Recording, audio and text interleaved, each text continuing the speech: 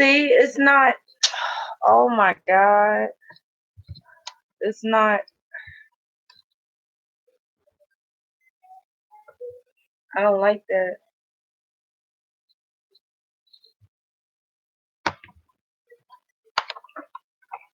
How do I use my other camera? Hi, can y'all see me? And I tried to use my other camera.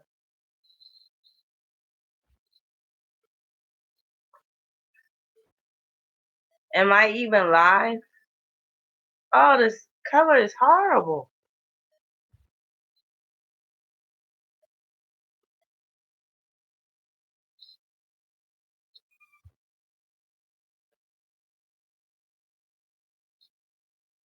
I'll wait for people to get in the room, but I don't know if y'all is. Let me see something.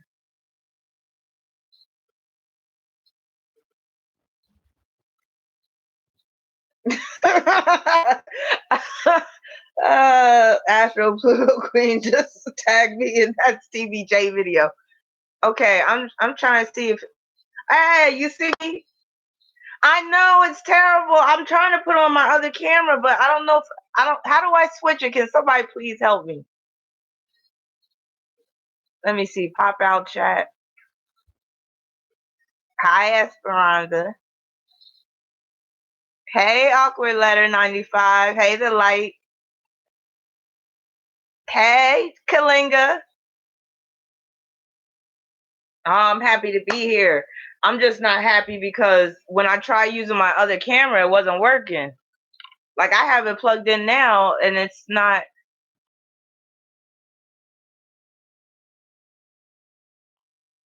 It might be too late. Oh well, we're going to just say we're going to go vintage with this, I guess. But can y'all hear me all right? Hey, Your Majesty, how you doing? Hey, C. William.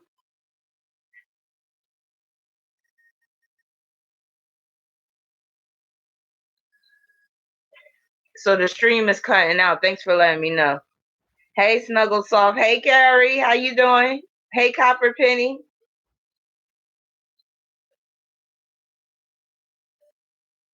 Again, if it's choppy, if it's all messed up, I'm blaming it on Mercury retrograde. Hey, Reese. Hey, Get Right Wellness. I like those Sagittarius symbols, chieftainess. Hey, Mars. Oh, thank you. Thank you, C. William. I'm not happy about this camera though. But this is the best I could do for now. No, I didn't. You know what? I stayed in all day because I'm in Phoenix and it's hot as hell. So I wasn't even trying to be out there looking for the blood moon, but I've seen them before in Phoenix and they're very beautiful. Hey, Aaron. Hey, Astro Pluto Queen. I saw where I saw where you tagged me in that video. I was just watching it right now. Matter of fact, let me play it. I don't think I can play it live because I think I'll get a copyright. Watch it because I watched it already, and I'm gonna watch it and give some commentary and do an accompanying Synastry with it. Hey, Keone. That's my daughter. She's like, that's me. Hey, Keone, I'm glad you're joining us because this is going to be fun. Hey, Jenny, how you doing? All right. So yeah, let me play this video while everybody's getting in here. I'm gonna give some of my commentary about this. So have y'all seen the video with Faith Evans featuring Stevie J? It's called A Minute.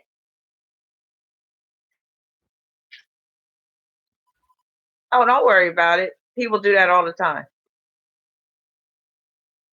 Hey, Sean. How do you pronounce that? Irish Sean? All I see is Scorpio in the house.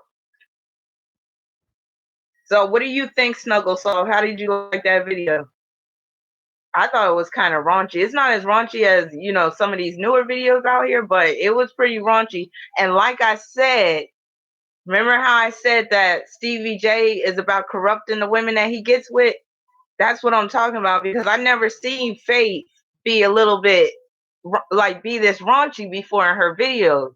I don't know, maybe because I haven't seen all of her videos, but there's scenes where like her legs are cocked open and they're even showing like a part of her ass, like the top part of her ass as she's getting in the shower. Did y'all see that? I mean, they're getting it in on the bed. But that's one of the things I was gonna say. You gotta check it out, C. William.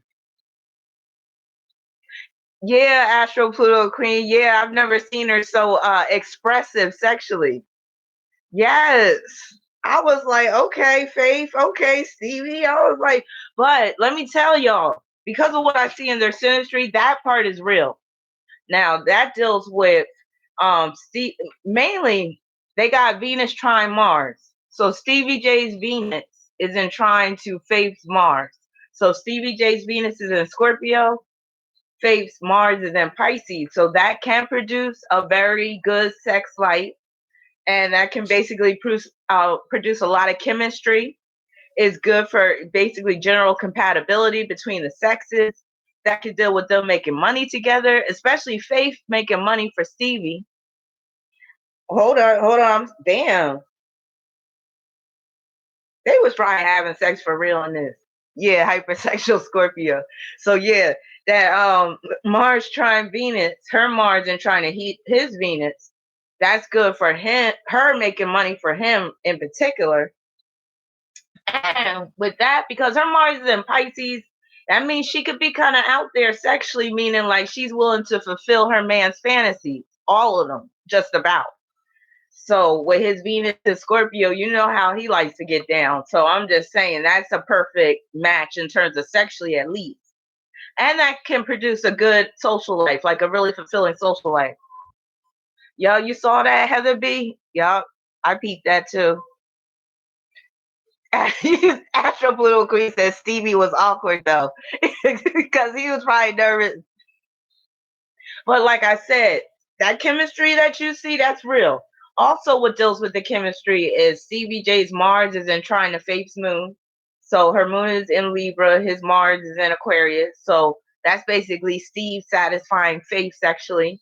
And like if you had that going on with a man, like if a man's Mars trines your moon, that can like that can make you go kind of like crazy, like make you lose your mind over some good sex. And basically it's like he's fulfilling all of your emotional needs and even physical needs, and like you just feel like you just this woman that is just like can conquer the world after he done got done with you and all that stuff, have you singing high notes like all that stuff. Yeah, so that Mars trine moon, that could deal with that. Also deals with her being very receptive to his freak nasty ways, because his Mars is in Aquarius, and he said it himself. He calls him sleazo and all types of stuff. So Aquarius is a sign of perversion. Not saying that everybody with Mars in Aquarius are perverts, but the potential is there. Yes, Bismillah, like that basically deals with them being a good match, at least physically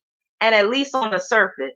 And even like beneath the surface in terms of, because his Venus is in Scorpio, so it is denoting some intimacy. So they really have intimacy there. Also, oh, let me tell you about this Mars trine moon. Because his Mars is in Aquarius, her moon is in Libra, her moon is conjoined to Uranus in Libra. This could deal with maybe them getting into some little threesomes, a little hanky panky with one of her girlfriends, getting it on like that. Lovely Mayhem said rebellious sex. That's what I'm talking about. And it looks like Fate is open to engaging in threesomes. And if you notice in the video, they were at a strip club, which lets you know that she's cool with, him going to the strip club. They probably go to the strip club together all the time. Another thing about his Mars and trying to her moon, basically is conducive to an open marriage because of that Aquarius Libra connection. And also, it deals with him fulfilling her need for social activity and intellectual discourse. He makes her feel needed and appreciated. He makes her feel safe and protected. And she may even feel that he helps her to become a better mother because it's her moon involved. And this is one of the aspects that led to their marriage. Now, another thing is, another positive aspect between them is Stevie's sun is in trine to her Venus. So his sun is in Scorpio, her Venus is in Cancer. That makes them like it's easy for them to relate to one another. He makes her feel pretty. He makes her feel appreciated. Basically, this deals with them making music together, like you see in this video. Also, it deals with Stevie's influence upon her singing, like I said, like the way he be giving it to her and all that stuff. She be singing them high notes. Basically, she treats him very well, probably buys him what he needs, takes good care of him, feeds him very well because her Venus is in Cancer. And this shows that there's some real love there. There's some real intimacy. There's some real emotional bonding because we're talking about that water energy coming together. And Sun trine Venus is one of the best aspects for Synastry, in my opinion. Yes, she looks up to. I was about to say that with the next aspect, Lovely Mayhem. Yeah, yeah, Natasha. Mars in Aquarius is into kinky and mental sex, very much so. And they might be into a lot of sex toys and all that stuff, a lot of implements. Um, Also, Stevie's sun is in trine to face Mercury, and that could deal with him wielding a influence over her mind. Also, where she looks up to him, like Lovely Mayhem said. I like that name, by the way, Lovely Mayhem. Also, where she looks up to him, like I said, he inspires her writing. He gives her plenty of attention, affection, sex, and love. And basically, he's fully invested, or at least he appears to be in the beginning. So, again, I'm talking about the aspects that have brought them together and that can help to keep them together. So, he's very involved in her daily life, also with her family and all that stuff. And he is her son's godfather, as I mentioned in part one. And also, Sun trine Mercury. This deals with Faith stroking Stevie J's ego heavily because her Mercury's in Cancer. And you know how that Cancer energy can be with men, and like, picking lint off his shoulder and, smoothing down his hair, making sure he got everything he needs, feeding him and all that type of stuff. And she tells him what he wants to hear. He basically loves her mind and all that good stuff. Another positive aspect they have is, and it's in trine to her Cancer South Node. So that is Stevie J wielding a positive influence over Faith's career. So that deals with this video that you're seeing out now. And I learned that there's going to be a reality show because Mona Scott supposedly $1 million deal, I think. I saw this on Facebook the other day, and I was going to mention it the other day because I was going to post this video, but I was having problems with my laptop, my computer, Mercury retrograde, and also Mars is retrograde in my first house, which ain't fun. But thankfully, not much has really been going down. But so Stevie's sun is feeling like kindred spirits because his sun is also in trine to her Cancer South Node. So they might even be reincarnated soulmates, y'all. And that could be, and you notice the song is called A Minute. And basically it means like it only took a minute for them to fall in love or whatever like that. Also, this deals with them feeling comfortable with each other instantly, and where they had that instant recognition. I call it cellular memory when we're dealing with that Cancer energy. And also, this deals with where Stevie can help um, Faith evolve more towards her Capricorn North Node, but at the same time, he could become an enabler of her Cancer South Node tendency, which is to be too emotionally needy, emotionally dependent. Also, this points to him being her son's godfather because of the family connection, family influence. And I was thinking with his sun in Scorpio and trying to her Cancer South Node, I'm thinking they might have like they might share some ancestry. They might share some members of their family tree. All right, so let's see what else. Stevie's moon in Taurus is in trying to face North Node. That deals with him being good for her musical career because his moon is in Taurus, and he can help to put her back on the map, which he's doing. Also, his Mercury is in trine to her Mars, and that deals with his words motivating her to tap further into her creative potential because her Mars is in Pisces. Also, where he makes her feel sexy, and where basically he turns her on with his dirty talk because he can talk dirty. Now, this is where it gets kind of interesting because his Mercury's at the 25th degree of Scorpio and it's retrograde. So that 25, I always deal with the numerology. That 25 is very Neptunian, Piscean, and it can point to, since we're talking about Mercury and Scorpio, we could talk about somebody that knows how to get their hands on the best drugs. And we know that Faith has a history of doing drugs. Stevie J has a history of drug use and alcohol. So that could just deal with them having that drug connection as well. Now, this is just speculation on my part, but I wouldn't be surprised because Faith's Mars is in Pisces. So she already has addictive tendencies coming out the gate. So that could have been one of the things that sweetened the pot, so to speak. Also, Stevie J Saturn is in trying to face Pluto. Now, did I freeze? Because I noticed that, hold on. Look like the chat stopped. Let me know if y'all can still hear me.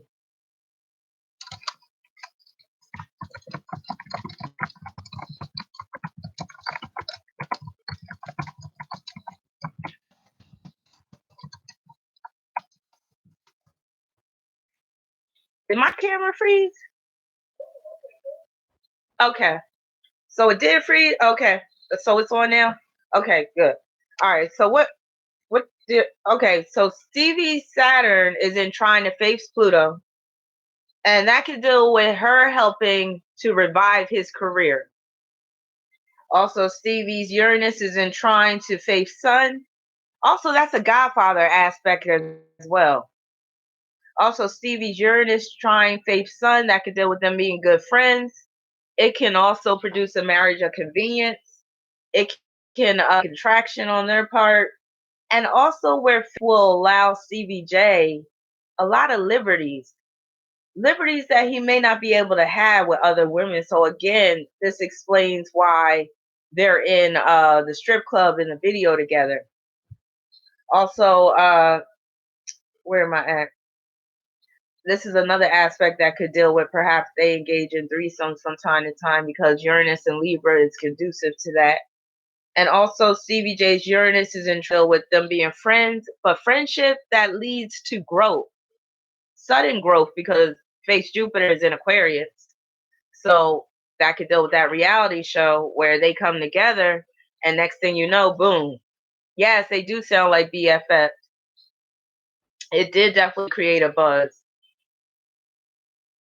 Oh yeah, lovely. You're right about that. Now, Stevie J's North Node is conjoined to Faith Jupiter, and again, that deals with friendship that promotes growth and friendship that is destined and that promotes advancement. And again, I strongly believe like that was one of the main reasons why they got married. It's not just because they have love for each other and they have that tight friendship. It's also a strategic business decision. And with her moon being conjoined to Uranus and Libra, she will get married as a strategic business decision, which I believe that's why she got married to Biggie. All right, problems. Here is where it gets kind of tricky with them. So, before we get into the problems, let me look at some of the comments. Past life connection. He's had his own show. They'll probably just change the name. I don't see a show working out for them. Sun, Trine, Mercury, all they do is talk to each other. Yeah, I see many long nights of talking. They bring the heat to each other's fire. Her mom seemed happy. Probably makes her feel secure. Yes, I can see that. She does like a take charge kind of guy, Snuggle Salt. Let's see what else. Do you think they have more balance? But when I get into the negative, you'll see what I mean about I'll just say it right now, because what I failed to say about this Sun trine Venus, Stevie J's Sun and trine to face Venus. That's one of the best aspects you can have for Synastry, but it's not strong enough to keep a couple together. It's strong enough to bring a couple together and to have them reconcile and to, hash things down and to make amends and stuff, but it's not strong enough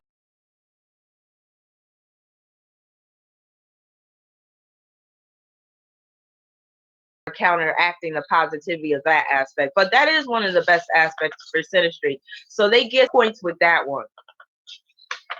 So, and I'm gonna give their marriage a rating too when I get done with the problems. Any squares or opposition, I'm gonna get into that. Let me see. Yeah, Mercury retro. Oh man, so my connection is still going in and out. I'm sorry about that. I'm gonna get it together. I plan on getting a new laptop soon and getting some what do you call that? Some technology solutions or whatever. All right, so the problem. So Stevie's moon is in semi-square to face Mars. Because his moon is in Taurus, that could deal with his stubbornness and inflexibility, also possessiveness, and this could trigger her addiction. And it can get her to start acting in sneaky and passive aggressive ways. Also, this shows that Faith has an ability to really get under Stevie J's skin, and this aspect can bring constant friction and frequent upset. Yeah. So while I see where they could possibly have an open marriage, you know how people can go into an open marriage with good intentions, but then they don't really think about, okay, I still got this emotional side to me. I got this jealous side to me. And that can like really end up making things, you know, he sees Faith as passive aggressive, but he's not the type that's going to play into it. So with this situation, she can act as passive aggressive all she wants, but he's not going to be the type that's going to react to it because again, his moon is in Taurus, which can make him very rigid. So she's just going to end up being frustrated. Stevie's moon is in square to face Jupiter. So the key word for that aspect is distance. So that could be physical distance, it could be emotional distance, or it could be a little bit of both. It could be physical distance in that they eventually start sleeping in separate bedrooms. Because I've seen this in the synastry of other couples, and they, when I've said it, they've confirmed that, oh yeah, that's true. So that's a little nugget of wisdom that I'm giving y'all. So moon square Jupiter, if we're talking about a couple, and like I said, it can point to physical distance or it can point to a long distance relationship. But let's say that the couple is married. Then it can produce a situation where there's distance within the home where they live in separate bedrooms or they stay in separate bedrooms. In some cases, they could even live in separate homes.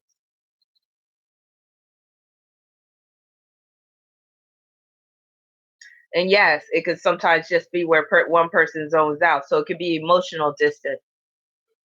Also, basically, this is where Faith feels like Stevie J is too possessive because Jupiter represents freedom.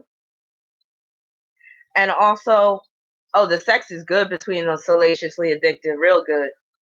But the sex ain't going to be enough to keep the relationship intact. Now, also, this could deal with Stevie J feeling threatened when Faith has too much freedom. And he may not even want her to travel alone because of this aspect. So, overnight trips, when Faith is gone without him. And when I say open marriage, it could be open where only where they're allowed to do things with each other, like threesomes and stuff. It may not necessarily be open marriage to the point where, oh, you can go out and do your thing. I'm going to go out and do my thing because I'm seeing still a lot of signs of jealousy and possessiveness. So Astro Pluto Queen said he's the type to want to move around, but she's the one who has to stay put or one-sided. Yep, that's exactly what it is. Also, Stevie J's moon is in semi-square to face Saturn. And the interesting thing is Stevie Saturn is in semi-square no, is in Sesame squared to Faith's moon. So it's kind of like the same hookup, just a different aspect, but it's basically saying the same thing. It's reinforcing what I said about the distance between the two of them.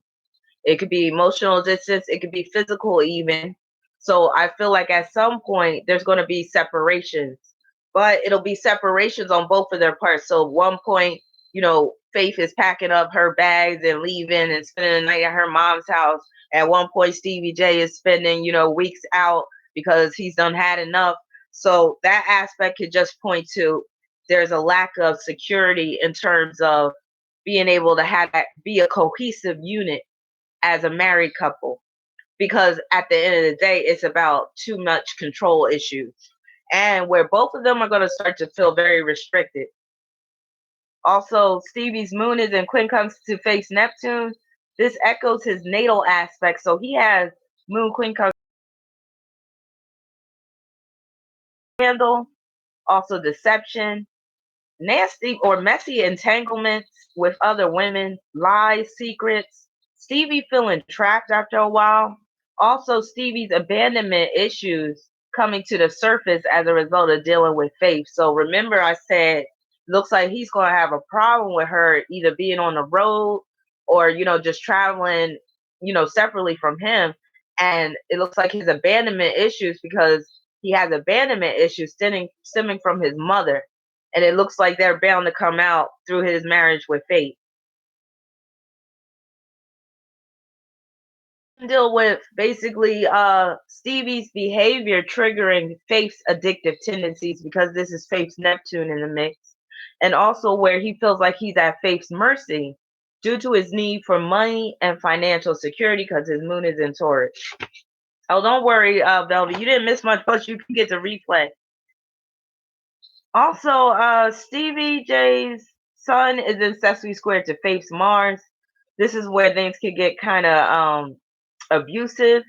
Faith will eventually begin to feel that she cannot be as self-determined in this marriage as she thought she could be. And this could deal with where she feels like she doesn't have as much creative control musically as she thought she did, because after all, we're dealing with a Scorpio. And you know how Scorpios can be. They can be very controlling, they could be very power hungry, and they could be all consuming.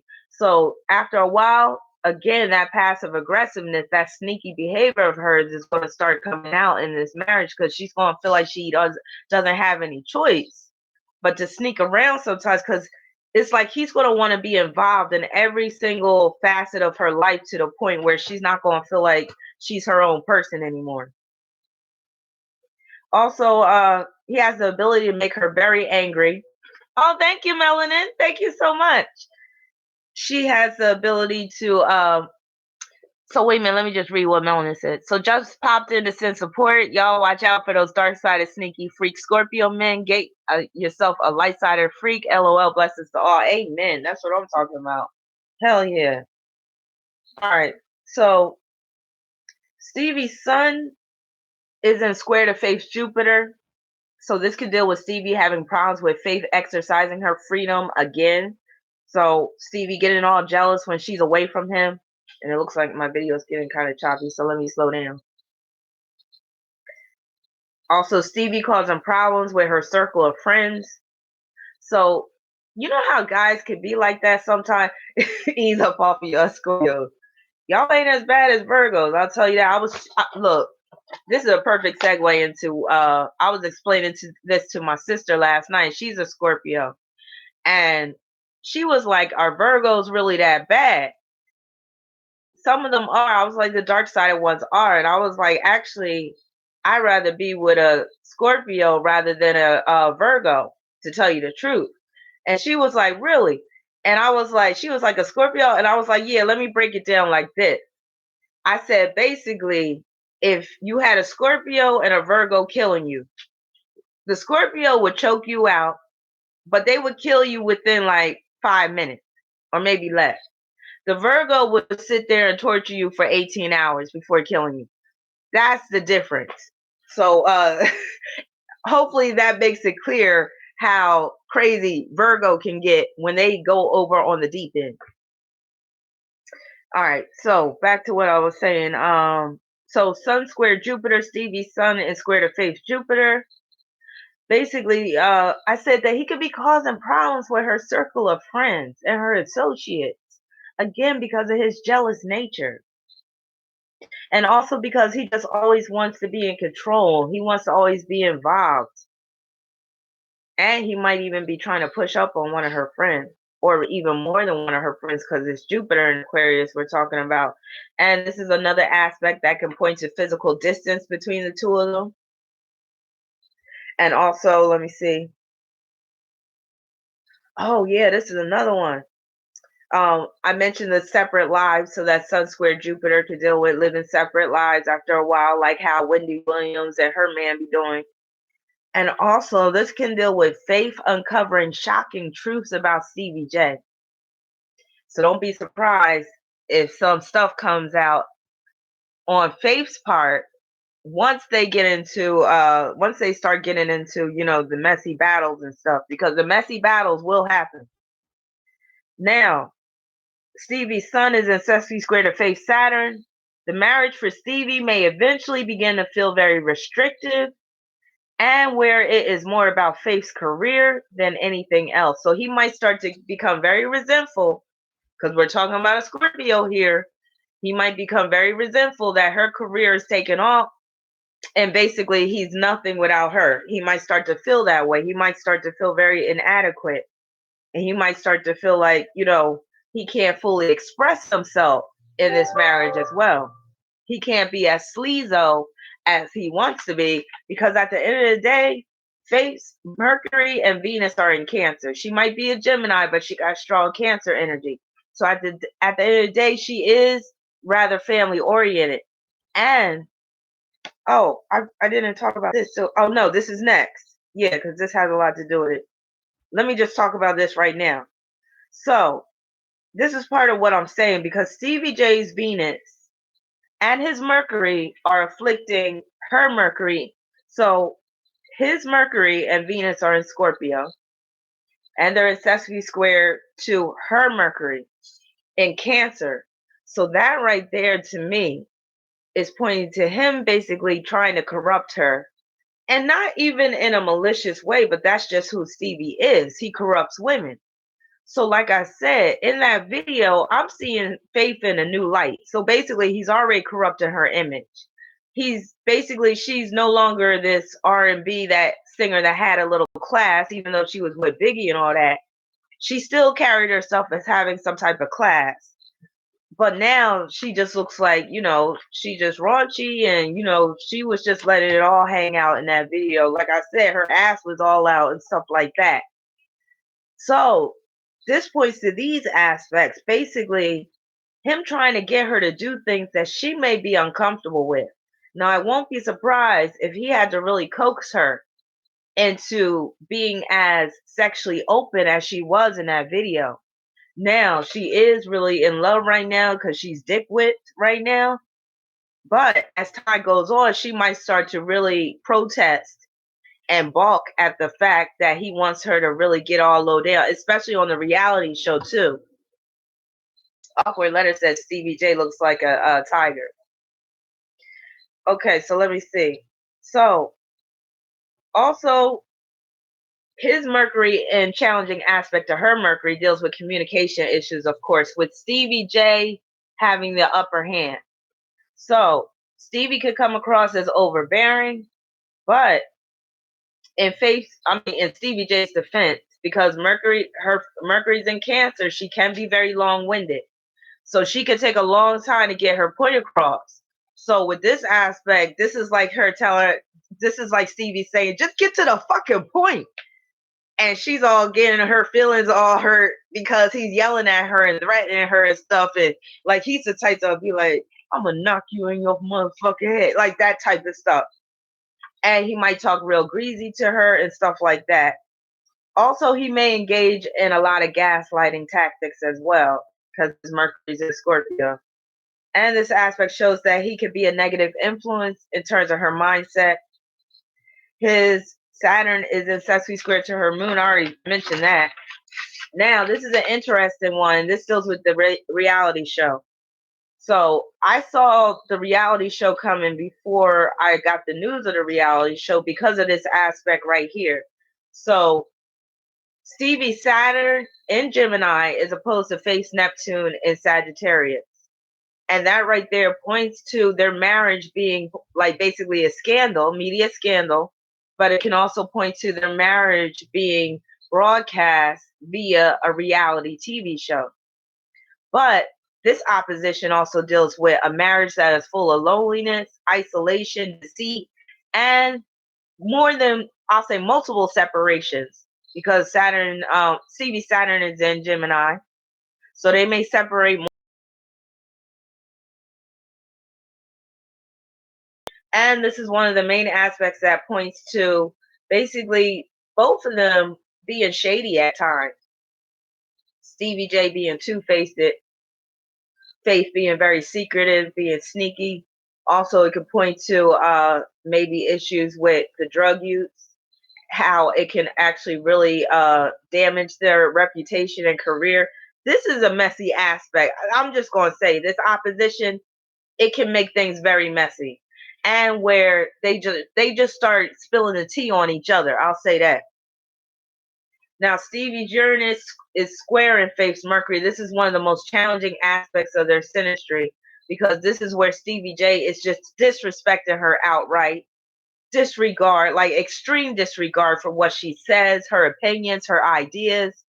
Also, this is basically where he's very dismissive of what she feels because her Mercury's in Cancer. Also, if they're having a phone conversation, he could bang on her abruptly, like, man, fuck this, boom. Like, I'm talking about like straight ignorant stuff with this Uranus square Mercury, putting her through all these types of mental changes, making her feel like she's going crazy. This is another aspect that can bring gaslighting tactics on his part. So that's one of their most challenging aspects. So, like, I can't see the marriage surviving, or, but I don't think but it's really going to come out in his relationship with Faith.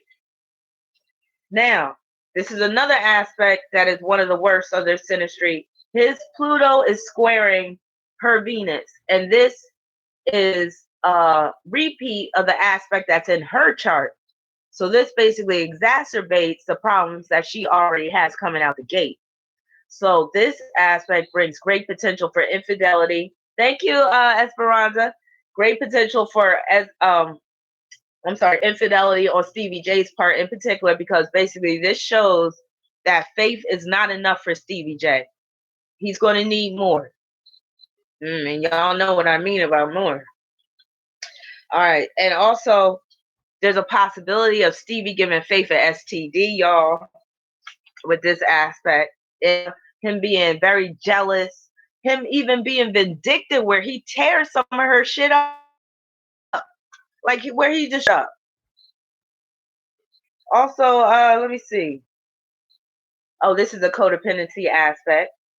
And oh yeah, let's talk about the money situation, because this could deal with basically he has a hidden agenda, which is for him to have a come up, but she has a come up agenda too. But with this aspect, she's at risk of financial ruin at the hands of Stevie J. And he does owe a lot of money in child support. I think he owes over like $1 million. So it's like, first of all, but I know what she was thinking. She was thinking, okay, we're going to get married. We're going to get this multi-million-dollar reality show deal. He's going to take care of that child support bill. Yeah, we'll see about that. Are they even thinking about the taxes that they're going to have to pay? Really? So, and we already know how celebrities get down when it comes to their lifestyle. So, are they really going to be able to pay off that child support and pay off their other debts, pay taxes, and still have some money left over? We'll see. And oh, the IRS just got him again. See? And once they're married, the IRS can come after her too. It's like once you're married, his debt becomes your debt. So it's like she didn't think this through, but it makes sense because her Mercury is conjoined to Venus in Cancer. Like I told y'all, her mom,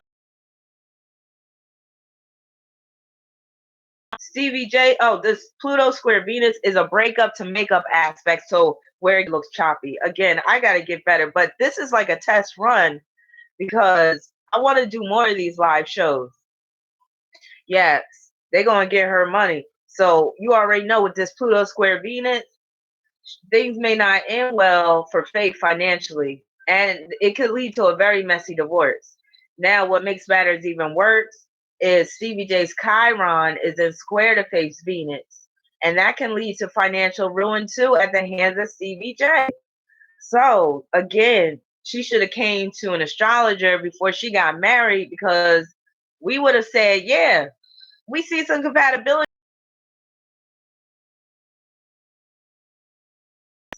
You're gonna protect your investment, and you're gonna look elsewhere because this is just not the move. Hope she has a prenup. I hope so too, Velvet Rose. But with Faith, I wouldn't be surprised if she doesn't, because she doesn't think too clearly. I'm telling you. Now, Stevie, and a prenup doesn't necessarily guarantee that the spouse can't still come after you, because there's been cases where they can still come after you even with a prenup.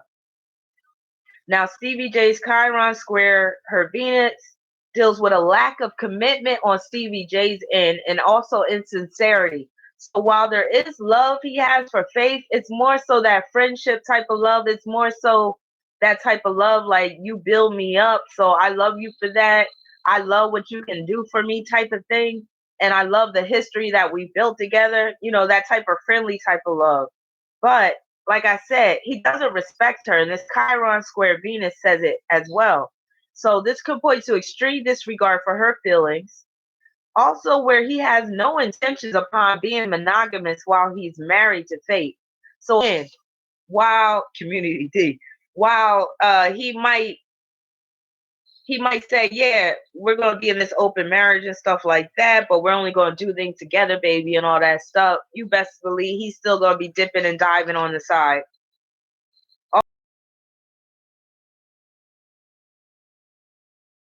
When it comes to dealing with Faith. I'm sorry, Peter. I know. I gotta figure this thing out and try to figure out how I could get better with the streaming. But again, forgive me, because this is really my first time going live. I went live like a couple of years ago, and but I'm gonna start going live more. So also, again, this could deal with Stevie J expecting Faith to make exceptions over and over again for his dirty ways, his filthy trifling ways. So usually when you see these Chiron aspects, like if one person's Chiron is afflicting another person's personal planets, usually the marriage is not going to work. Usually these are divorce aspects. Now, the interesting thing about Pluto square Venus, that aspect may not necessarily lead to divorce, but it can lead to a very tumultuous marriage that is just messy and full of, like, just uh negativity and jealousy and hate and, like, cruelty and all types of stuff, and abuse. Also, Stevie J's North Node is in quincunx to face Mercury. His North Node's in semi-square to her Mars. So this basically says, especially because her Mars is in Cancer. I mean, I'm sorry, her Mercury's in Cancer, her Mars is in Pisces. She's not going to allow him to really fully embody the traits of his Aquarius North Node, which is to be fully liberated, to live according to his truth. So again, he's going to start to feel like he can't be fully himself, or he can't fully evolve the way he really needs to, and he feels like he can't be truthful in his marriage. He can't say exactly what he wants to say, or he can't do exactly what he wants to do at times, because again, she might be a Gemini, but she got that Cancer energy, and she has Mars in Pisces, and that can deal with, a woman that wants to merge fully with her man, where it's like they have this symbiotic relationship, and it's like they are one. And after a while, he's gonna get tired of that. Like, that's not gonna work. So, what do y'all think?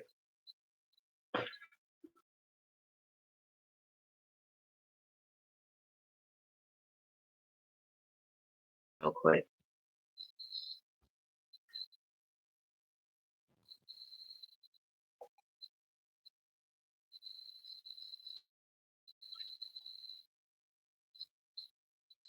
No. Stevie J's Juno is at the 28th degree of Virgo, and Faith's Juno might be in Scorpio. Hold on. Oh no, her Faith. I mean, her Faith. Her Juno is in Sagittarius. So one of Faith's main challenges in terms of relationship is freedom, also truth.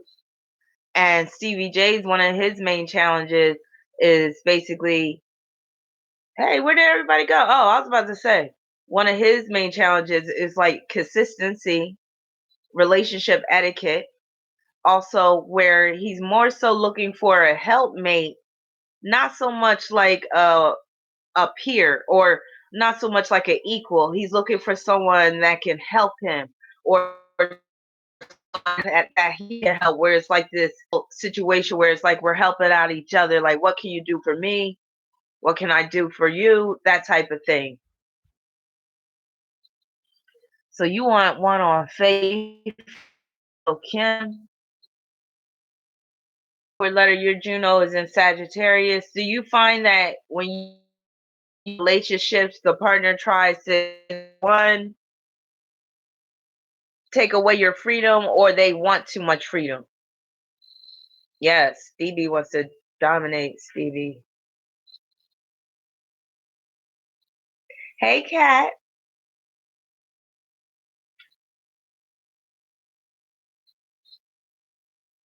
Yes, Reed. She got a fluid mind, hard to see the facts. Meg the Maverick said, I think they must think we are some damn fools to believe that this marriage was genuine. Snugglesoft said, maybe that's the June cancers. Desperate, maybe. Nah, I'm a cancer, baby. I'm not clingy at all. What's your rising sign, Snugglesoft? And your moon? Because that would have a lot to do with it. Also, the aspects to your sun as well, and the house placement of your sun. So, yeah, not all cancers are clingy, but the clinginess is a definite trait of cancer. But depending on what's in yours in the chart that are going to counteract the for bonding with more than just the marriage partner, I'll say, because the advice that I always give Scorpio is this: you cannot make your marriage partner or your partner in general your end all be all, because if you do, you're going to end up being unfulfilled. Your life meaningful than just your relationships. I have a Scorpio sister, and she goes through this a lot, and it's like you have to have meaning in your life beyond carnal desires. When you give your life over too much to carnal desires as a Scorpio, after a while it's like it's a void that can never be filled, basically. And that's how it could just become this insatiable desire within Scorpios, and then it just turns into this obsessive compulsive, and after a while it's not even fun anymore. It's just something that you need to do, you need to get off, just because you need that deep. His recent nuptials. Salaciously addicted said, I like when they try to feel it though. Hey.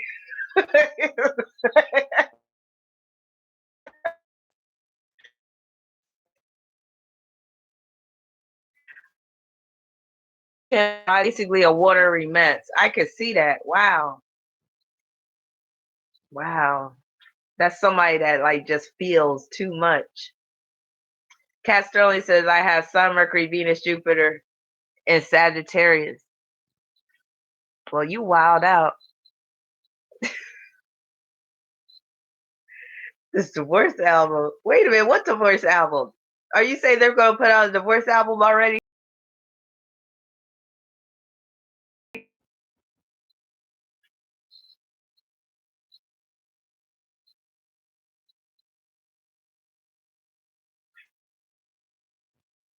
Usually quiet Scorpio said, "Oh, Sleezo." He is Sleezo.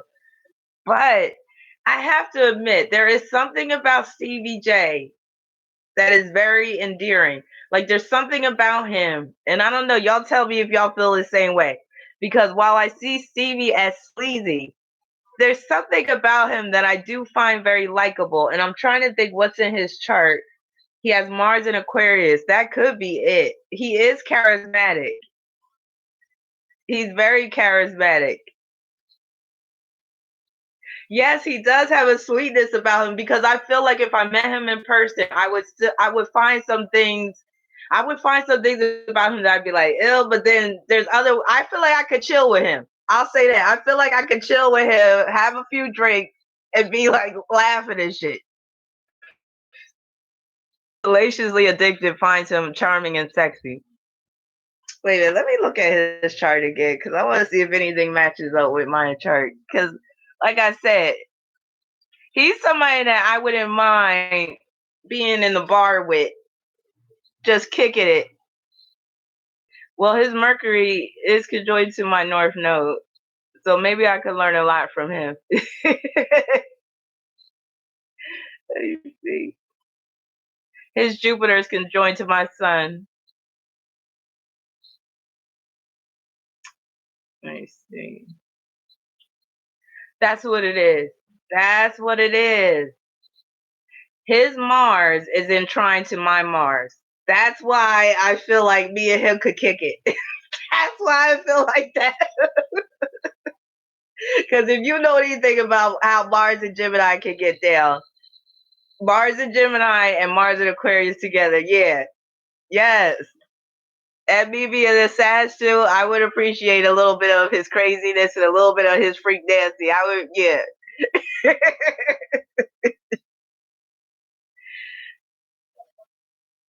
Right? Exactly.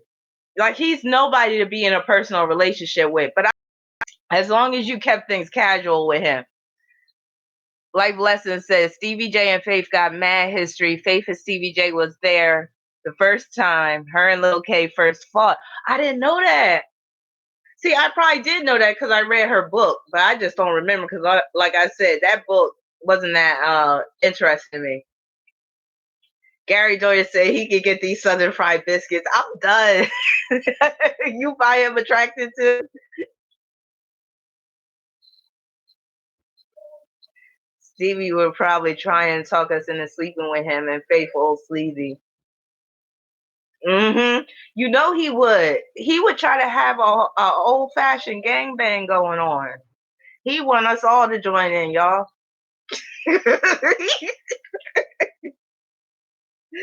Philly said my moon is in Capricorn. My north node is Leo at 29 degrees. Are you a mother, Philly? Well, I don't know. I don't know if you're a guy or a girl, but I would think that parenthood would be kind of challenging for you with that hookup. Oh, I could tell it's thick. But I could tell I'm a pretty good reader of penis size and the girth and stuff like that. Oh, I knew Stevie J was packing. I could tell. You can tell. If you know what to look for, you can tell. You can tell it's thick. It may not be, super long, but you could tell I got a little fit Scorpio too. I like to always say you can tell it got some weight on it. Cause I don't know if you ever seen that comedy stand up by Samore did, and she was talking about being in a prison, and she was talking about how weight on it. So I always say that about Thick. I was like, yeah, you could tell it got some weight on it, but yeah, you could tell his got some weight on it. That's how he be getting these women, and also his charisma. Yeah, you could tell. You got Lilith and Cancer. No, I don't want to be a mother.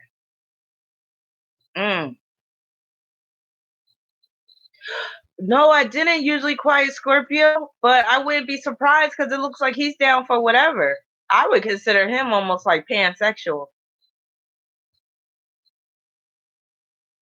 It's like he gets in where he can fit in, and it's like, and one thing about Scorpio is one of the most non-judgmental when it comes to sexual desires. Of course, because Scorpio can deal with, well, it rules taboos. So he is very much, I'll say Scorpio in general, not all, of course, but I'll say more than other signs would be more open to that type of freakdom or other types of freakdom than just regular types of sex. Snuggle soft, you say Aries man too. Salaciously addicted, Lilith and Taurus, fifth house.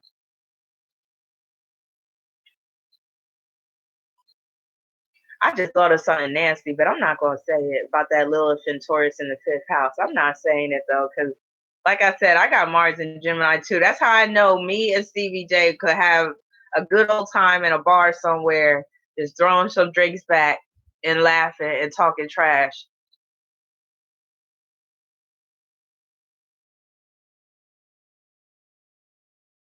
What does it mean when your North Node is at the 29th degree? Does it mean I'm about to die? Oh, hell no. Usually you'll probably live a long time, but your life is going to be full of like a bunch of challenges and you going to be feeling under a lot of pressure a lot. Sometimes you might want to die. Oh yeah, yeah, we'll chat later. Right?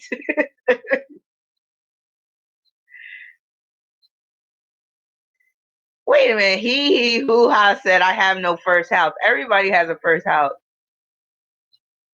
That means you wouldn't have no body. You wouldn't have no physical body. We got a spirit up in here, y'all. I'm sorry, I'm kind of goofy right now. Okay. They said it wasn't nothing in it. Oh, but that first house can still be a doozy. It depends on the rulers of the. Keely said it's a ghost, right?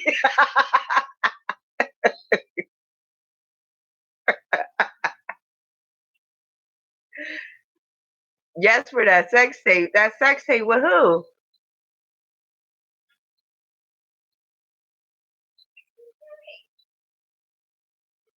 Yeah, so that's one thing.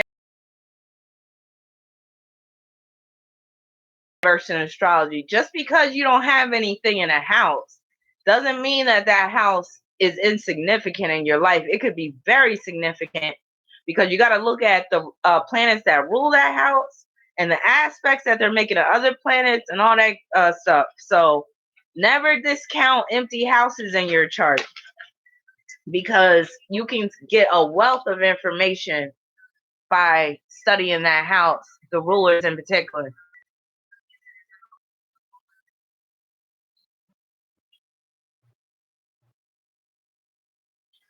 Oh, he. Well, if you ever need a reading from me, you could always go to my website. Matter of fact, I'm gonna put it up here right now, just in case anybody wanna go to my website. And I'm always accepting a donation. So, but I'm one of those type of people. I don't like asking for money. I've just never been like that. So if you notice, I rarely ask for donations on my YouTube channel or anything like that. But I just want to thank those people that did the super chat donations. That was very nice of you guys. Because I wasn't even expecting any of that tonight. I just wanted to be live and like just kick the live sessions off. I'm thinking about doing a live session maybe every other Saturday. What do y'all think? Because my Ace of Cups radio show has been put on hiatus for now. And I don't know when it's going to be back up and running, but trust and believe it will be back up and running hopefully sooner than later, but it is on hiatus. So in the meantime, because I do like to broadcast, I do like to have some type of platform where I'm talking to people live. Yeah, Astro Pluto Queen. I had to just shelve it for a minute, but yeah. So I'm gonna keep you posted on that.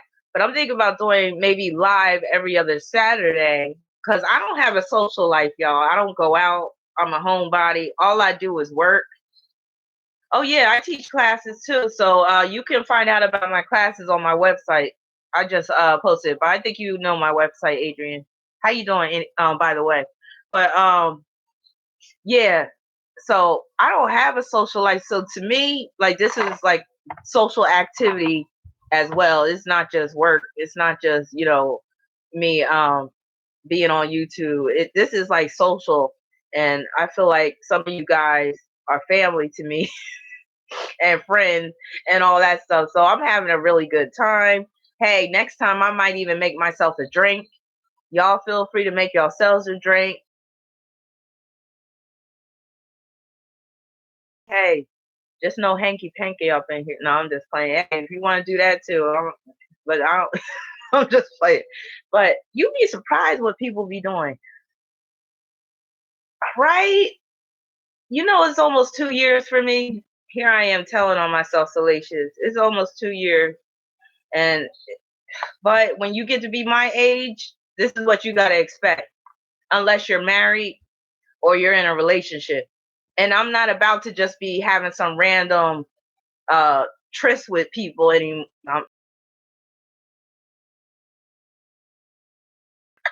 Nah, I'm not about really, dating and being on plenty of fish. And what's that other one? Actually, y'all throw out a good dating website in case I change my mind. I might want to see what's out there.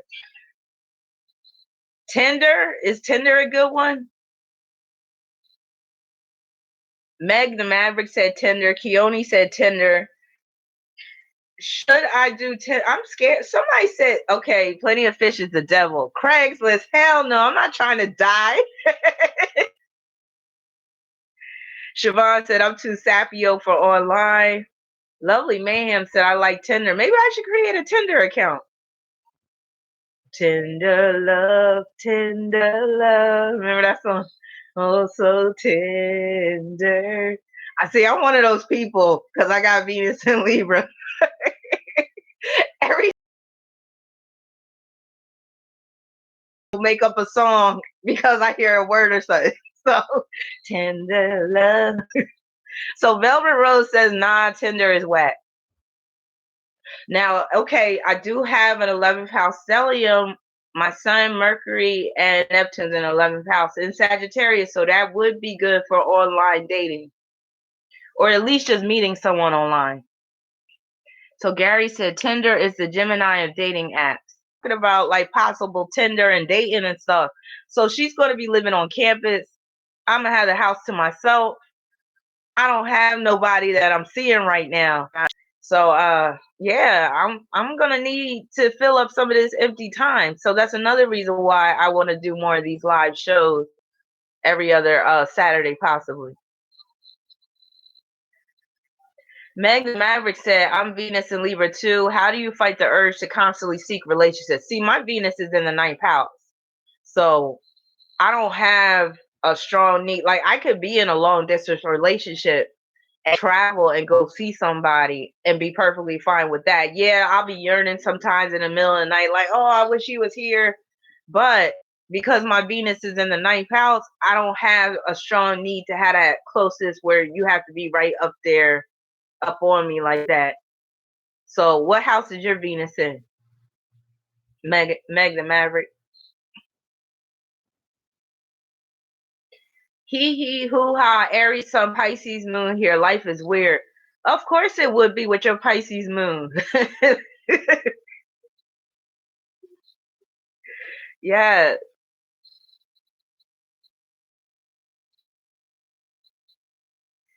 Venus in the fifth. How is life? Okay, Venus says the more space the better. Yeah, that's my deal. And actually, where I'm at now, with me being a Sag and my Venus in the ninth house, I don't want to get married ever, and I don't want to live with a partner. I'll say this: if we had to live together, I want my own bedroom. I don't want to be living. I don't want to be sharing my bed. I've had my own bed for too many years. Now, I've been in relationships where I lived with a man for, a few years, but I've never been married. So I don't know how it is to like actually be in a marriage and have to share my whole life and share my bed all the time. And I'm real particular about stuff too. So I'm just like, yeah, I could be antisocial at times. And honestly, I do have a selfish streak in that if I was married and I saw my husband getting old and decrepit before I did, like that would be like I would have a problem with that. Because especially if my freedom was being impacted because I had to like help him, and I know that's selfish, but that's the Sag in me, and my Capricorn moon rising can be kind of like insensitive at times, and that's just how I know my limits, and that's why I've never been married. That's one of the main reasons, because yeah, it is my truth, because And I know I'm gonna get old one day. I know I'm gonna need people, but that's why I plan on having plenty of money so I could just pay for the care. God damn it! But I know for real. Like I'm just like I really don't. Especially like I can't. Okay, I'll say this. My grandma, she was one of those types, and I see. I think Ashley, you said your grandma's been married for over 30 years. Is that what you said? My grandma, she was, married to my grandfather. I forget how long, but it was almost 50 years, I guess. And in the beginning of the marriage, it was terrible because, he was abusive towards her. He would get drunk, he would get violent, beat her up, molest her, all this stuff. And then when he got of age, he got Parkinson's disease and prostate cancer. She was left having to take care of him. Now, that is true love. Don't get me wrong. But I don't know. I don't know if I could do that. I'll tell you one time, she almost shot his ass because, well, I think she did shoot at him, but that's a man will take you there, and he was a Pisces. Um, so yeah, he had the drinking issues like a lot of Pisces do. He was basically dealing with some mental illness because he would always mumble to himself. Like we would be at the dinner table and like when we would go over to their house for dinner and stuff, he would just be mumbling under his breath, talking about people was out to get him and stuff. So I don't and the crazy thing is I attract men that got mental illness or I won't say mental illness, they got mental health issues. I'll say that because I got Sun conjoined to Neptune. My Mars is in Gemini in the sixth house.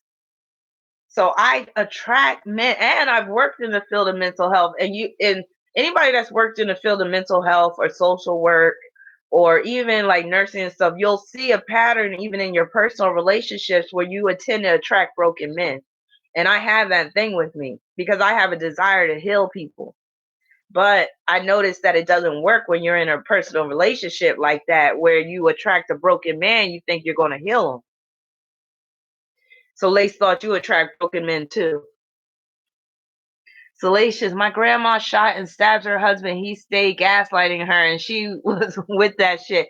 I'm feeling you. You know what? A lot of women back then, they weren't as submissive as they try to act like nowadays. There was a lot of women back then that was bringing it when their husbands was acting up.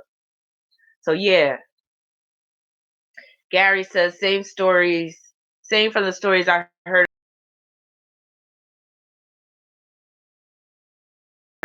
Astro, my grandma's an Aries sun, Scorpio moon, and my granddad is a Scorpio sun. Wow, that's why they stay together so long. Wow, that's dope.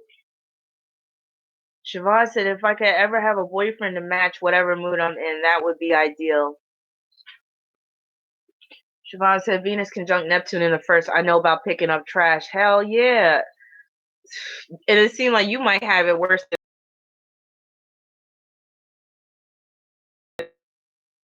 Astro says, I have attracted men that needed healing, so I'm glad I'm with someone that doesn't need me to nurse him back to sanity. Yes.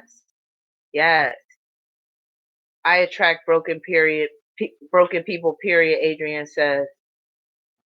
Yeah, and it's hard. It's hard to turn them away because you have this compassion. And then when you like the person, so Ira Shaw said, my grandma shot at my granddad too. Damn, what was going on with our grandmother? Mars and Virgo, Cancer, Sun, and Moon. Yeah. We had some tough grandmas that wasn't, and that's probably why we're tough. My grandparents were stuck together like crazy glue. He was a Pisces, she was a Taurus. I think my grandma liked his Saturn and Capricorn. We used to great. Okay. Well, Pisces and Taurus, they can be stuck together like glue. That's actually like, to me, that's one of the best matches you can have. Astro said, let me see. Yeah, you could get cut by the shark. Wait a minute. Broken as hell, and I'd be trying to pick up the pieces, and you could get cut by the shark. I know that's right. And that's where you have to really, whenever you got Neptune on one of your personal planets, or if you got a personal planet in the 12th house, like how you do, Astro, You really have to exercise self-preservation, even if you don't want to, even if sometimes you feel like you're going to come across as a bitch or an asshole or a jerk. Sometimes you just got to sometimes people just got to think that. But self-preservation, when you conjoin to a personal planet, so that could be the sun, that could be the moon, that could be Venus, Mercury, Mars, and also if one of those personal planets are in the 12th house, you have to exercise self-preservation at all costs because you're vulnerable. Yes, Astro, you gotta set hella boundaries. So Reese the Gray says, as a Cap, I attract strong women with great personalities, but be unstable as fuck though. Interesting. Exactly. Nothing that is good for you will try to destroy you. That is so true. I admire selfishness. It's necessary. I've never had it in me. Yes. And again, it's like it's not so much selfishness a lot of times, but we look at it as selfishness, but it's more so self-preservation. Yes, I admire that about Aries too. That can be legitimately selfish because if they're not selfish, they're not going to be any good for anybody else. So they have to take care of themselves first.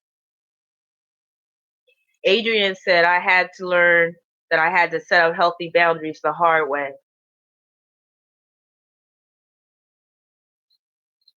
That I had to learn some hard lessons with that too. Oh my God, I used to be such a pushover. And now, and I feel like that's why I've become a loner because I wasn't always, well, actually, growing up, I was very shy, even to the point like going to like cookouts with at extended family members' homes and stuff. I hated it because I was like very shy.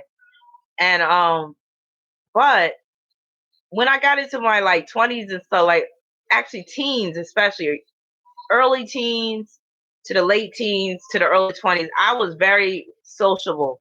But then the more I started to become a victim of people's manipulation and thievery and all types of stuff, the more I started to become more closed in and became more of a loner because I was like, you know what?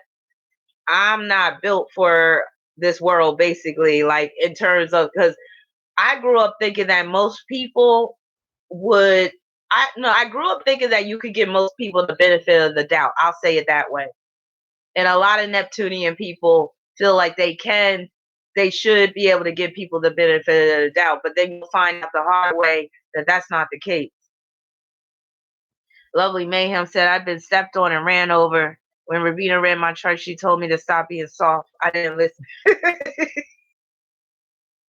Yes. And the thing is, sometimes we don't hear that from people. Sometimes we hear, oh, you need to be more understanding. Oh, they're always going to be like that. Oh, you know how she is. If they especially do that with family. You notice that a lot of times people like family will make excuses for people like family members and stuff. Oh, well, you know how she is. Well, she's not going to change. That's just how she is. You know what? Because my South Node is in the fourth house, over the years, I've learned that even when it comes to family, if I find that family is not respecting me, or if I feel like, they are basically using me as a doormat or whatever like that, I will keep my distance. I don't play, not even with family anymore. Because with that South Node in the fourth house, I've learned that being too focused and being too much about family, oftentimes I'm on the losing end. So people that got Cancer South nodes, you might be able to relate to that as well. People that got their South node in the fourth house. Gary Dorr said, I finally snapped in my preteens. I was, nope, y'all ain't gonna push me. Everybody can get it. Yes, we have the exact opposite. No, isn't that crazy? Family will feel like you should take their abuse. Nope. Yep. Yeah, I don't do it no more. And it's like I caught wind of some an extended family member talking trash about me. Actually, she was talking trash about my oldest daughter, but it was through me, basically questioning my how I raised her or whatever like that. Now that one thing y'all know when dealing with astrology, a lot of the way a person is will deal with their upbringing, will deal with their parents, but then there'll be other factors in the chart. It doesn't matter how you raise that child's going to come out a certain way because of what's in their chart. So I so happen to have a daughter like that where, I've raised her a certain way, but she's gone in a different direction at times. And it's like, what can you do when your child's of a certain age? So I caught wind through my oldest daughter that one of my cousins had said some greasy stuff about me. And they're like, this is the religious side of my family. And it just confirmed what I believe, what I felt anyway. Like I was like, this is why I keep my distance from them. This is why I don't go to family reunions. This is why I don't spend all this money traveling back east to see extended family members, because I already know they have their mind made up about me. They think that what I do is of the devil because these are like 7-day Adventist Christian people. So I already know I'm dealing with a lot of judgmental folk in my family. So again, it points to my South Node in the fourth house. Like two tears in a bucket. Fuck it. I'm just like, I have people who are not family who are more like family to me sometimes. So yeah. Now, Nothing to Lose said, what about South Node and Gemini? Actually, according to traditional astrologers, it's one of the most challenging South Nodes to have, or it is the most challenging South Node to have, and I agree. Why? Because Gemini rules the conscious mind, and when your South Node's in Gemini, that conscious mind oftentimes either works against you because it's overworked, like you can't turn your mind off, or where there's something actually wrong with your mind. Get into all the South Nodes because I have a feeling people are going to start saying, well, what about this South Node? What about this South Node? And that'll bring me to this. What I'm thinking about doing series. So this next one that I'll be doing in August, I think it will be about numerology. I know more people voted for the narcissistic one than the numerology, but it was like neck and neck. Like the narcissist one got like 6 more votes, but I want to do the numerology one because I feel like it's going to be more informative for more people. Whereas I think only a small portion of people really want to know about narcissists in terms of finding it in the chart. So Siobhan said yes, numerology. Thanks for confirming that. So I'm thinking about after the numerology workshop doing a workshop on the nodes. And then in the workshop, I'll give everybody that is a piece I think I'm going to make into a workshop. So let me know what y'all think about that. If you, okay, Astro, you down? It'll be a really good workshop. And that's one of my favorite parts of astrology anyway, because it explains so much. Thank you, lovely. She said, and you should. Yeah, because a lot of times I do discount my work. I really do. And that's my Pisces intercepted in my second house. I have a problem with asking for money. I really do. And sometimes I could be too generous. Sometimes I give away too much for free. And I have to sometimes check myself. And I have Saturn square midheaven in my chart. And one time I was like really trying to do the knowledge of like how that impacts me, because one of the ways it manifests in my life is that I can't stand being employed. I have been employed for many years, but for the past, it's going on 3 years now that I've been able to be fully self-employed. So I feel really good about that. And but I wanted to see how else that was manifested. So I pulled oh, thank you, Reese. So thank you, Gary. So I pulled a tarot card on that. No, I did a reading. I said, how can I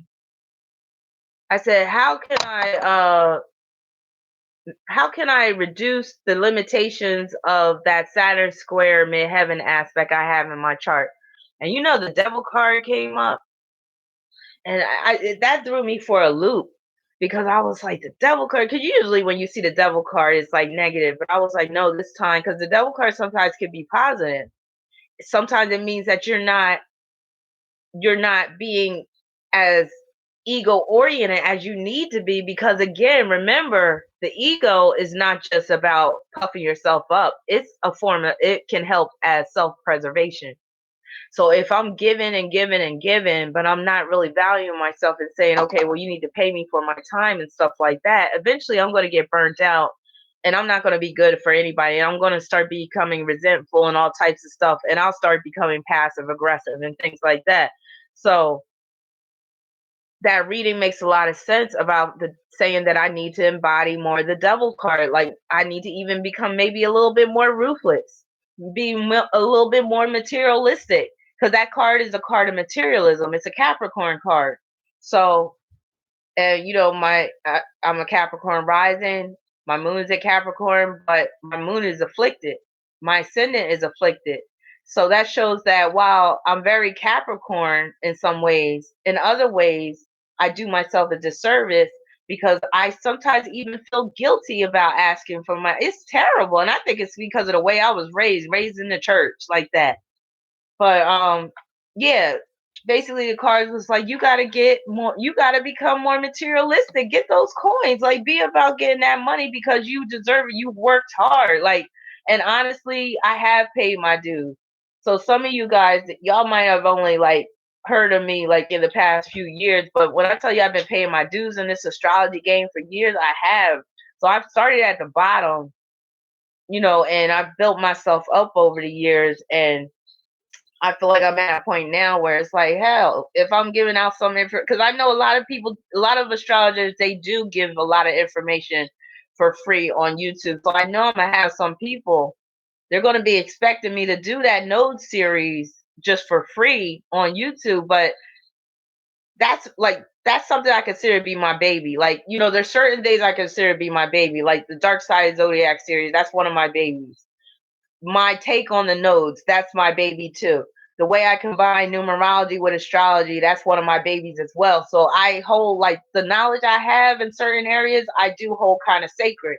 So I'm like, oh hell no, no, you're gonna have to pay me for this knowledge. So I just wanted to get that out there. So yeah, I'm really like really being kind of candid right now. So he who has said, what do you think about the reverse death card, Eight of Cups, and Wheel of Fortune done in a reading? Well, depending on what the question is, because I don't ever just read cards blindly like that, because that's the wrong way to do a reading. So you would need to address it. You would need to. It needs to be in context with a question.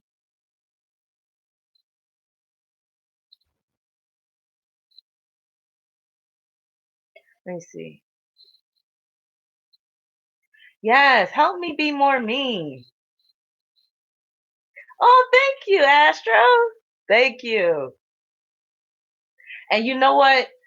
And it doesn't matter, and this deals with me being Saturn ruled. So Saturn is my chart ruler. It's in my seventh house in Leo. So that basically means it has taken other people over the years to tell me that, oh, you're good, you're great, you're the shit, blah, blah, blah, blah, blah.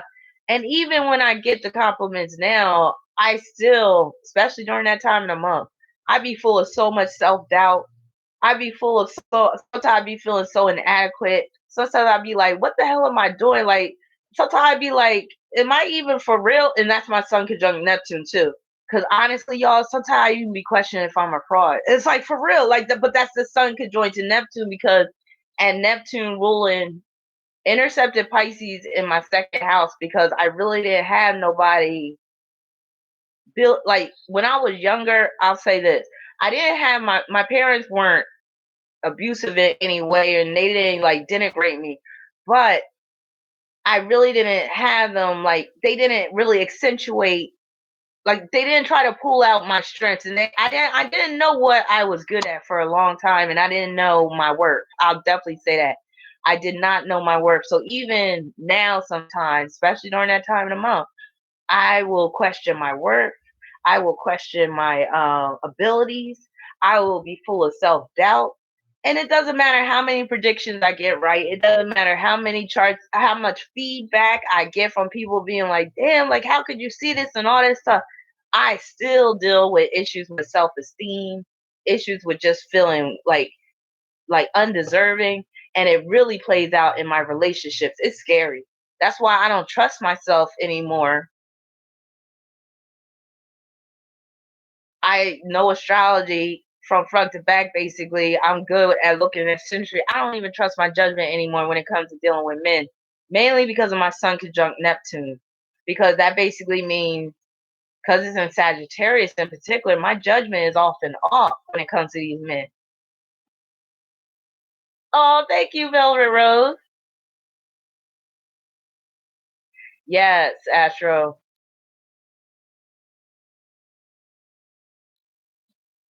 Yeah, that self doubt is real. Oh, you said the question was, what is going on in my life when you asked the card reader and you got first death card, Eight of Cups. It looks like you're not trying to let someone go in your life. Looks like you're still holding on to someone when you need to go ahead. Or it may not even be someone, it could be something. It could be something in your life that you're holding on to that you're refusing to move beyond. And that's holding you back from really, fulfilling your potential or really blossoming into the person that you need to become. Oh, thank you, Salacious. Please believe there are so many of us that you've helped. I trust you can contact any of us when you need reassurance.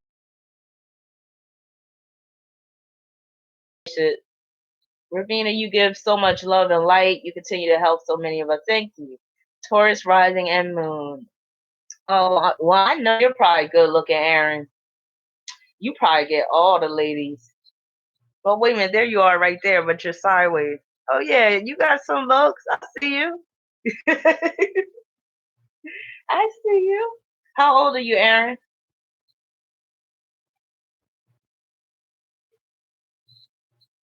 Yeah, Aaron. Let's talk to some of these guys in here. How many men do we have in here? I think I'm gonna be on for probably like another half hour, and then I'm gonna close out because I gotta do a reading after this, and I gotta work on this natal chart. Yeah, I saw those lips too, Salacious.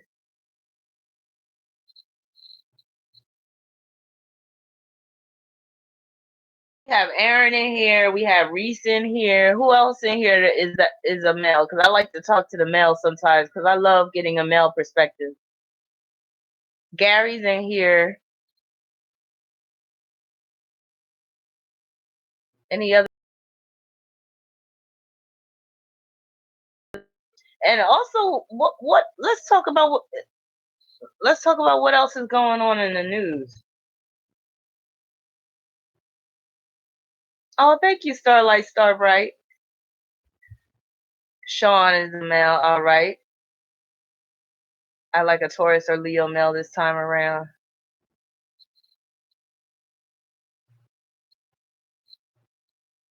And honestly, as much as I like talk about men, I appreciate men. I really do. I just, like I said, I don't trust my own judgment when it comes to picking men. Now, if somebody picked a man for me, and they was like, the Synastry is looking good and all this stuff, and y'all just see how things work out, then I might say okay. But then that Sun conjunct Neptune is still gonna it's still gonna come into play. Like, you can't get away from that. So he might end up being some type of invalid or something.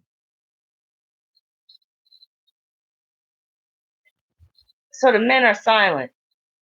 Typical. Wait a minute, who was talking about? I think that was Reese talking about he attracts Capricorn women. No, he said he's a Capricorn. I remember because you made a comment about my teeth, and I was like, that is so Capricorn. Reese the Great, you're a Gemini North Node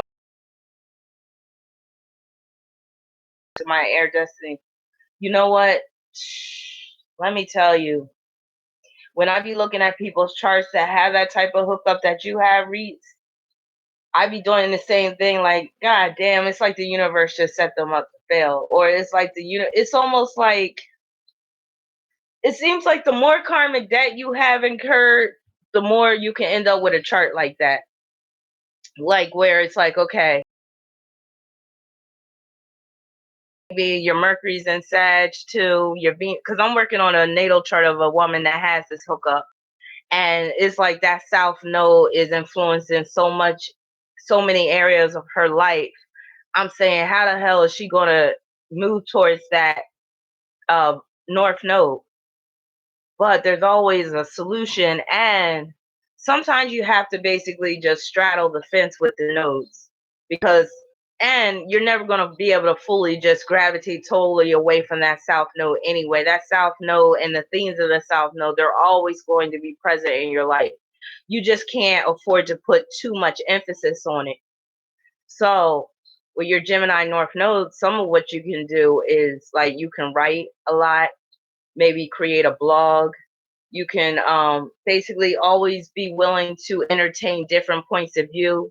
Make sure that you're never being dogmatic. Make sure that, especially when it comes to spirituality, religion, that you are remaining open minded. Ask questions. That's one of the main things with a Gemini North Node. You have to ask questions. You can't be afraid to ask questions, and you can't make assumptions in this lifetime. Also, you have to know that you don't know everything in this lifetime, and you have to approach knowledge from the position of a child, basically, with like wide-eyed wonder.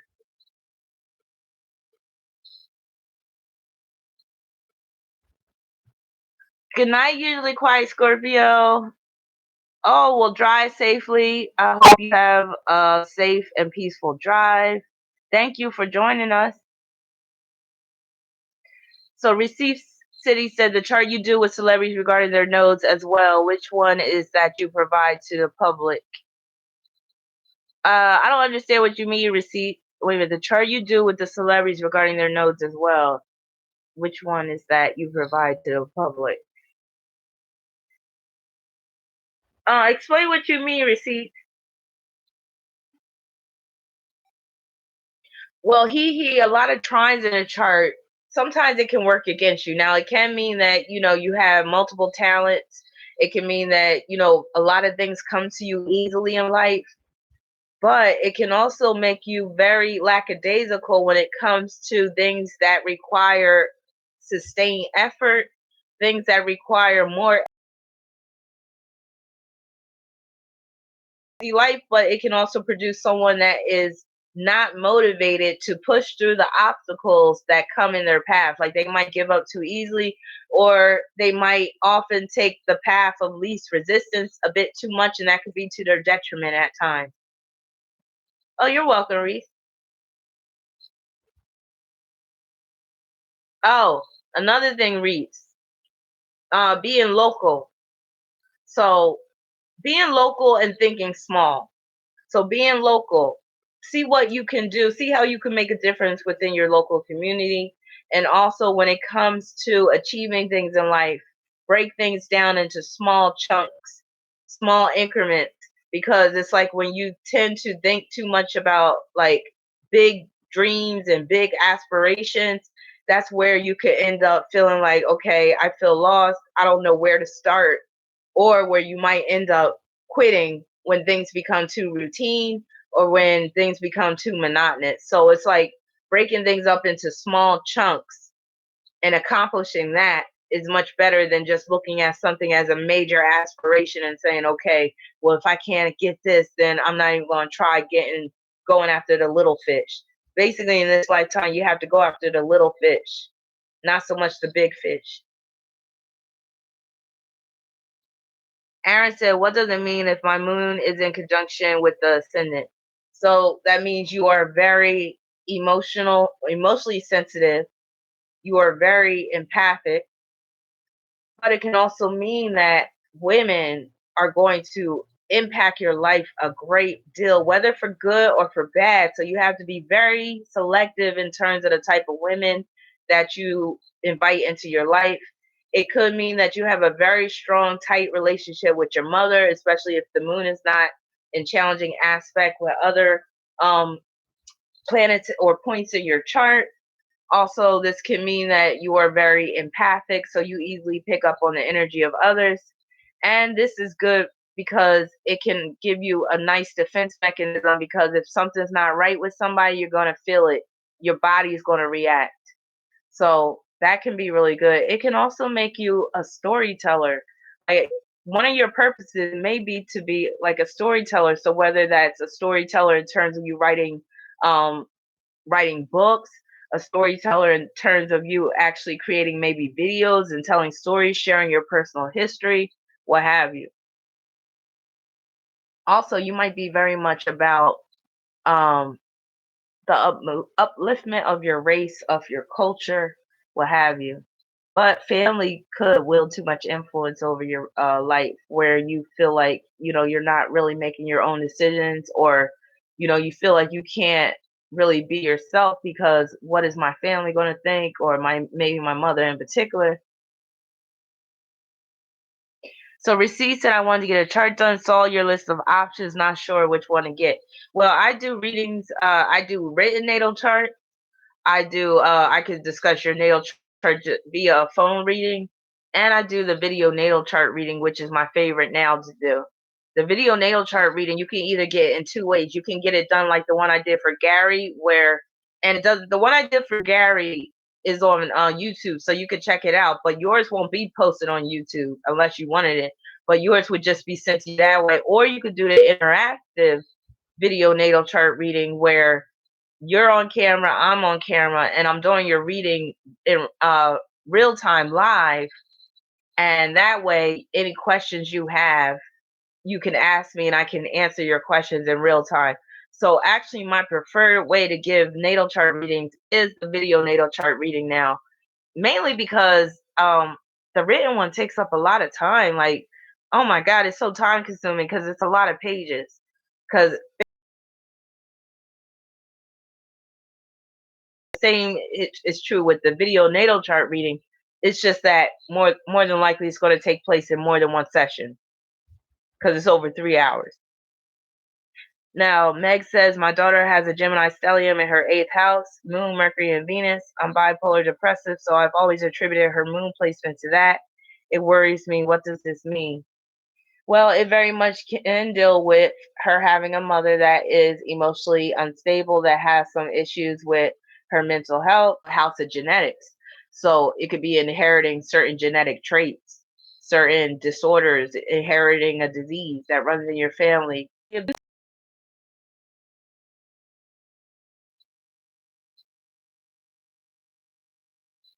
Let's see. Also, she might have an aunt that's very significant in her life that helps to balance out. And say, wow, my daughter has a Gemini stellium in the 12th, Sun, Moon, Rising, Jupiter, Saturn, with Neptune in the 8th. I get scared too. What does it mean if my Sun is in Sagittarius in the 8th house? Well, I'll say this: you're gonna need a lot of support in this lifetime. Anybody that has an 8th house Sun, support is a major theme. So you're going to need a lot of support in this lifetime, and that can actually be very advantageous because with your Sun in Sagittarius, the support you receive could be major. Like, that could result in a major come up, like financially, even via gambling. If other factors in your chart apply, I'll say that. But basically, that is a good placement for social work, hands down. So, are you drawn to the field of social work? Thank you, Aisha.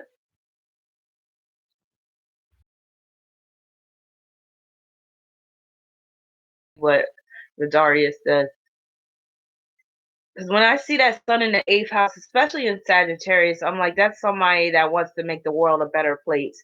And that's somebody that, they could get down in the trenches with people who are like homeless, drug addicted, people who are victims of sexual abuse, things like that, and help to uplift people. And they might even come from a spiritual end with it, helping people, supporting people, all that stuff.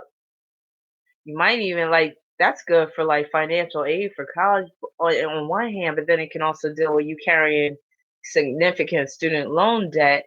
Again, you have to take into account what else is going on in the chart. So while I'm waiting for your response, I'm going to read Aisha's question. So my sun conjunct my husband's rising in Aries. My Mars conjunct his sun in Aquarius. Oh, you're welcome, Meg. So y'all might even like come to orgasm at the same time. End up being married for the rest of your life. Like this type of hookup can be till death do us part because it's like that's your carbon copy. He's like y'all are like when I was doing the workshop for the relationship profile, that's basically like I was saying that's like cohesiveness. So y'all have this cohesiveness going on. Y'all are like two peas in a pod. But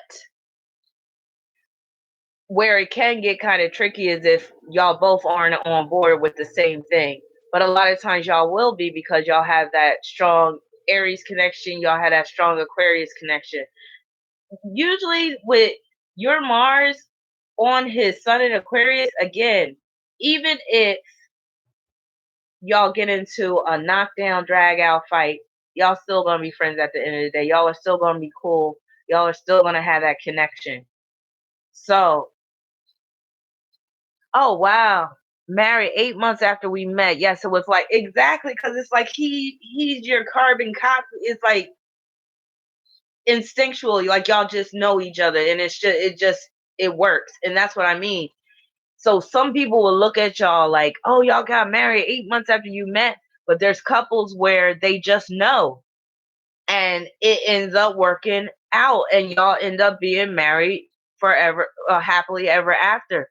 That's how you know when you have hookups like that. So yeah, bless your marriage. I hope y'all continue to. How long have you been married, Aisha? I hope y'all continue to make it work. Bajaria said, "What if my Jupiter is in Scorpio in the seventh house?" Jupiter and Scorpio in the seventh house. That can deal with a partner where you feel like you have to share that partner with the world, where they got a lot going on.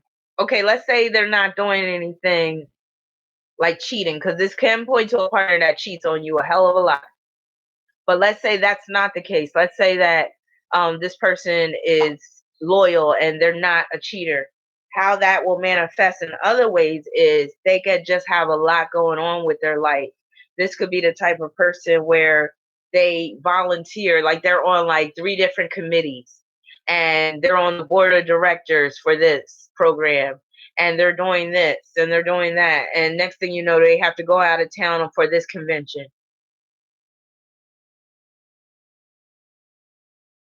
Have similar interests so that you can basically be with her a lot of times when she's out and about trying to make a difference in the world, because that can deal with a partner who wants to make a huge difference in the world just like you do. So that actually works out well. And like I said, this actually supports what I said about social work and helping out the downtrodden. And even like you might be like that's a good placement. Jupiter and Scorpio on the seventh with the sun and Sagittarius in the eighth, that's a good placement for like a probation officer or something like that, especially somebody that's like helping at risk youth. Does this occur with a trine too? Are you talking about like Mars trine sun? You said surface, I felt hateration and holleration, but never on this level. Yeah, yeah, I faced the haters and all that stuff, but surprisingly, it's not been that bad, which is good. So I've actually experienced hate from like it's funny because one of my exes showed me a little hate and I was like, oh, because I didn't see that one coming. Aisha almost 3 years in December. My moon is in Taurus and his that's perfect. Y'all are gonna be together for a long time. The only issue is he is sometimes too critical. Well, the thing is, you already know how Moon and Virgo could be, so it's going to be up to you to just tune him out a lot of times. And with your Moon in Taurus, I know you know how to do that. So yeah, y'all are going to be golden. I feel. Good luck to you, though. See, I like seeing at least, I like that gives me some hope, not for myself, just for the world.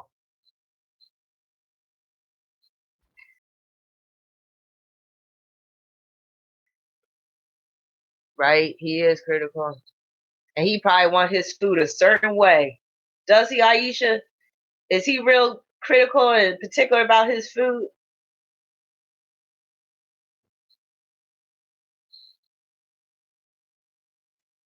Okay, Rodarius, I look forward to doing a reading for you. And does he have those stomach problems like a lot of Moon and Virgos do? Oh, my stomach. Oh. And he be having the boo-boos when he get upset.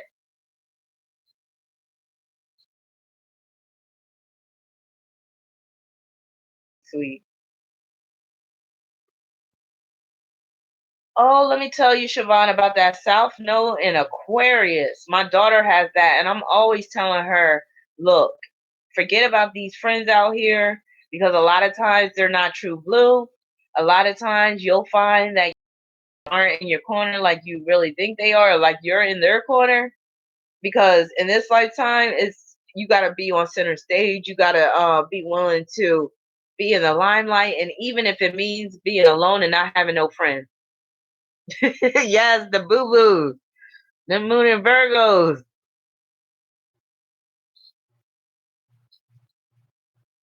So RLB said, what does it mean if you have no planets in the fifth or seventh house? So I was talking about this earlier, RL.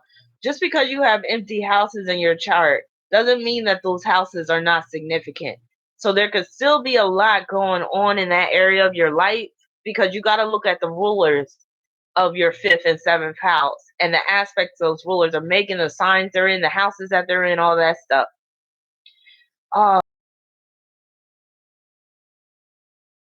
See, that's where love comes in because love will conquer that.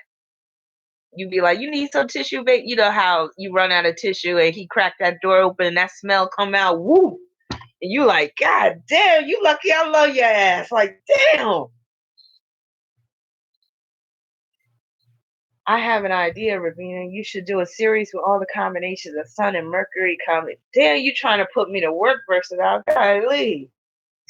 That's a lot. I might. I am thinking about doing another series though on YouTube. Thank you, Reese. You have a really good morning. Yeah, I'm gonna do more of these live because I'm having fun. But yeah, I'm about to close out, so I got about a few minutes left. What does it mean if you have a stellium and Scorpio in the seventh house? Basically, it means that you got to be very selective on who you surround yourself with and who you marry because that person is very influential in your life. It also means that oftentimes you give a lot of your power over to other people, or you may seek power through other people. But this can also mean that, again, you seek to make a lot of changes in the lives of others, or you seek to make profound change in the lives of others. Thank you, Aisha. Yeah, I will.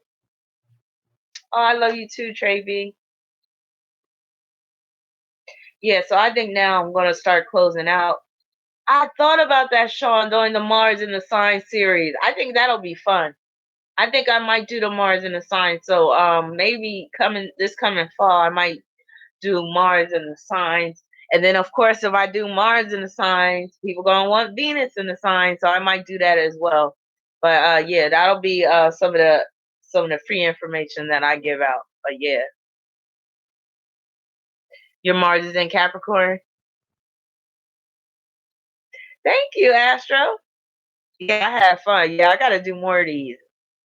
And I sent you an email, by the way. Good night, Adrian. Thank you for joining me. Love you too.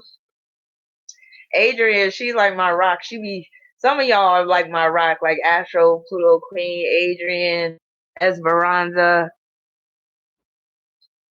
A lot of y'all. So Salacious. Yeah.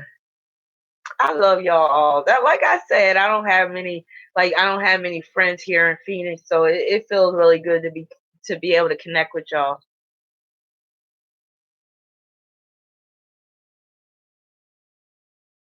All right, I'm gonna sign off now. Peace and many blessings. And if you would like a reading, just go to my website at Rabina.com. Love you all. Good night.